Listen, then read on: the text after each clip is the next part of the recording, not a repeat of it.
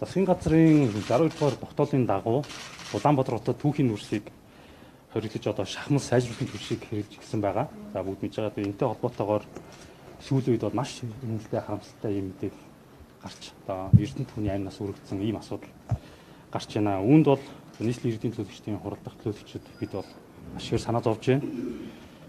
За энэ агаарын бохирдол болон одоо үүнтэй тэмцэх энэ ажилтай холбоотойгоор бид бол сар болгон мэдээлэл авч нөхцөл байдал явцтай танилцж ирсэн.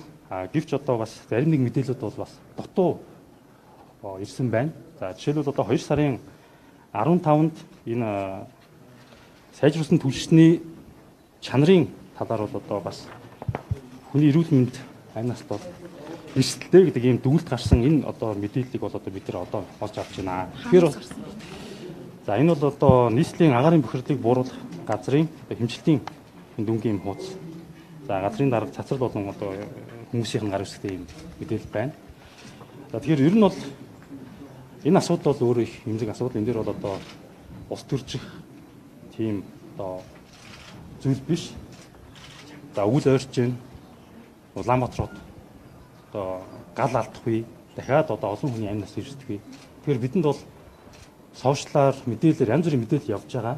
Бидэнд бол яг үнэн бодит мэдээлэл хаана вэ гэдэг энийг бол бас олд тогтоох зүйтэй. Тэгэхээр арсан намын бүлгийн болон мөн одоо бусад одоо намын төлөөлөгчдийн зүгээс Монгол улсын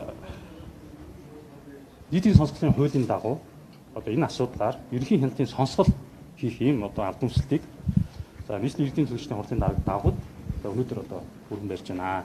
За ингээд энэ асуудлаар нийтийн сонсгол явуулах болно гэдэг энэ мэдээллийг та бүхэнд хүргье.